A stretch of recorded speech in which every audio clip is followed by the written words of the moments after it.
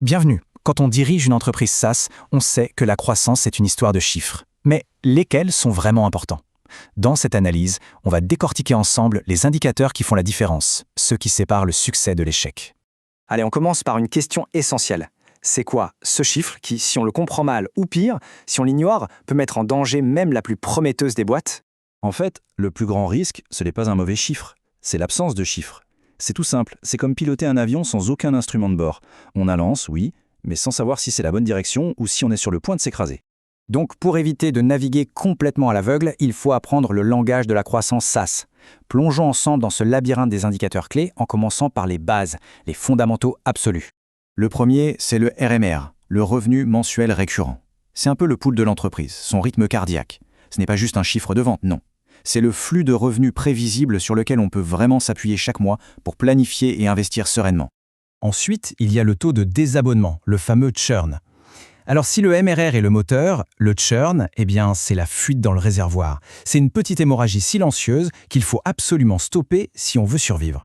Et enfin, la LTV, la valeur vie client. Cette métrique, elle est absolument cruciale parce qu'elle met en perspective le MRR et le churn. Elle nous dit combien un client va rapporter au total. Un churn élevé, ça détruit les LTV. Une bonne rétention, au contraire, ça la fait exploser. Et c'est là que ça devient intéressant. On voit à quel point un petit chiffre de churn peut avoir un impact monstrueux. 3% par mois, ça a l'air de rien, hein? Sauf que sur une année, la perte est juste colossale. La différence entre une performance moyenne et le top du top, elle est flagrante.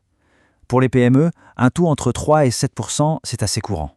Par contre, les meilleures entreprises, celles qui visent les grands comptes, restent bien en dessous d'1%.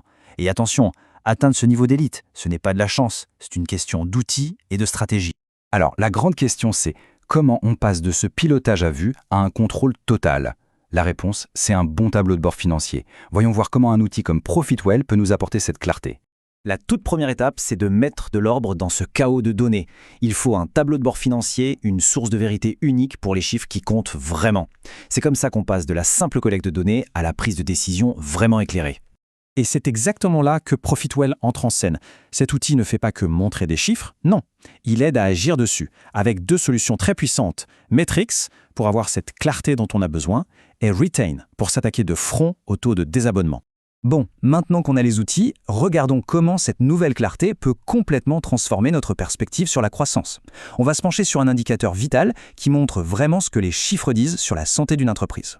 Tenez, voilà un chiffre qui peut surprendre, 102%. C'est la rétention nette de revenus, la NRR, médiane pour les entreprises SaaS. Et dépasser les 100%, ça veut dire quelque chose de très, très puissant. Et ça illustre parfaitement une chose. Les entreprises les plus saines grandissent, même sans acquérir un seul nouveau client. Tout le secret de capitaliser sur la base de clients qu'elles ont déjà. Mais revenons à notre fameux taux de désabonnement. Comment on fait pour le combattre activement? Comment on passe de la simple observation à l'action concrète?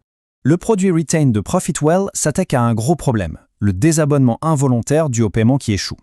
Le processus est entièrement automatisé et super simple, pas seulement pour l'entreprise, mais surtout pour le client.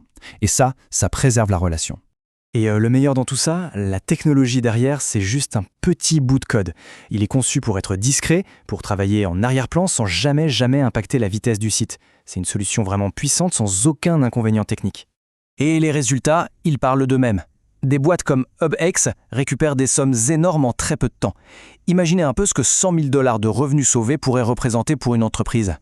Finalement, suivre ces indicateurs, ce n'est pas juste une histoire de chiffres. Le vrai but, c'est de prendre de meilleures décisions pour le futur de l'entreprise. Regardez bien la différence de croissance entre une entreprise moyenne et une qui est dans le quartile supérieur. C'est plus du double.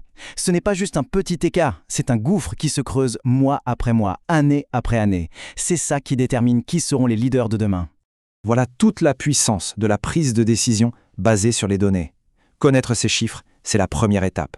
Ça permet de voir où l'on se situe par rapport aux meilleurs et ça transforme une ambition un peu vague de croissance en un vrai plan d'action chiffré pour aller rejoindre ce fameux quartile supérieur.